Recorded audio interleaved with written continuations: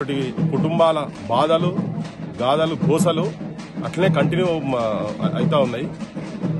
మనం ఇక్కడ ఉన్నది కాలం గన్న కడగం చాకలైలమ్మ ఇంటికాడున్నాం. వాళ్ళ మనవడు రామచందరు దాదాపు కొన్ని నెలలుగా అనారోగ్యంతో ఇబ్బంది పడుతుందని చెప్పి నేను మొన్న 3వ తారీఖు రోజు ఇక్కడికి వచ్చి మాట్లాడి ముఖ్యమంత్రికి ఒక విజ్ఞప్తి చేసిన. దయచేసి మీరు వాళ్ళ ఇంట్లోలకు ఏదైతే మహిళా కమిషన్ మెంబర్ ఇస్తా అని చెప్పిండ్రు శ్వేత, కానీ అదంతా కొంచెం అది పక్కకు పెట్టి దాని అయితే ఊసు లేదు. కానీ నా అనారోగ్యంతో ఉన్నాడు సాకలేమో మనవడని చెప్పని ముఖ్యమంత్రి ఇంటికాడికి 3 సార్లు పోయినా కానీ అపాయింట్మెంట్ కూడా ఇయ్యలేదు ముఖ్యమంత్రి అని చెప్పని చెప్పిండ్రు వాళ్ళు.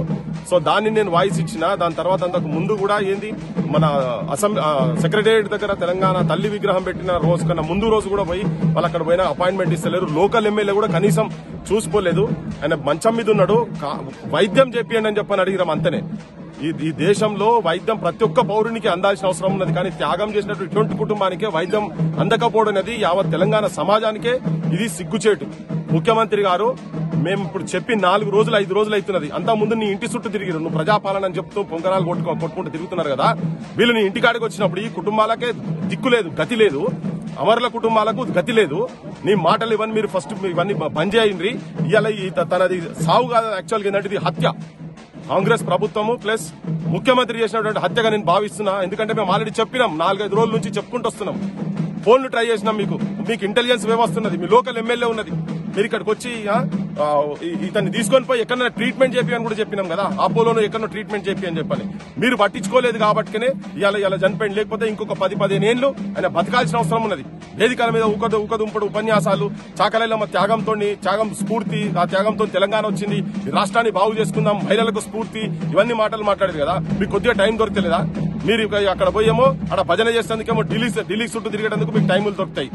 ఎమ్మెల్సీలలో వస్తే మీరు శాల్వాలు కప్పుడు మీరు బోకేలు ఇచ్చుకున్నాడు, వాటికి టైం దొరుకుతున్నది మీకు. కానీ ఒక కుటుంబం ఇక్కడ ఇబ్బందిల పాలై ఉన్నది. ఆయన కొడుకు కూడా యాక్సిడెంట్ అయి ఉన్నాడు. కనీసం వైద్యం చేయించారని చెప్పంటే దిక్కు లేకుండా ఇట్లా ఇక్కడ ఉన్నటువంటి మరి ఆమె ఎమ్మెల్యేనో ఏందో తెలియదు, కానీ ఝాన్సీ అనేట ఆమెకు కాలు ఇరిగితే నువ్వు ముఖ్యమంత్రి పోయి ఆమె ఎప్పుడో 40-45 సంవత్సరాల కింద ఎక్కడికో అక్కడ పోయి ఉన్నది. ఆమె ఇతర దేశాలకు వచ్చి డైరెక్ట్ ఎమ్మెల్యే అయింది. ఆమెకు మా కోడలు ఎమ్మెల్యే అయింది. ఆమె ఇంటికి పోయి ఆమె కాలికి దెబ్బ తగిలితే పోయి చూసొచ్చినవి. ఇక్కడ వీళ్ళు సాగు బతుకులు ఉన్నారంటే కనీసం మీరు పట్టించుకునే ఇంత దౌర్భాగ్య స్థితిలో ఉన్నదా?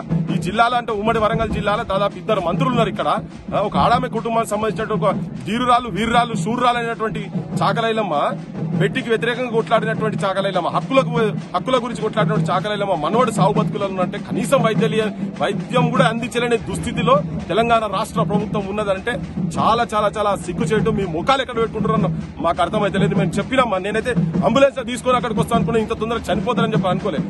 మొన్న రోజు స్వాతితో మాట్లాడుతూ ఉన్నాం. మేము ఎవరన్నా మాట్లాడారంటే కనీసం ఒక్కరు కూడా రాలే. మరి ఈ లోకల్ ఎమ్మెల్యే ఎక్కడ పోయిందో మాకేం అర్థమైతే లేదు.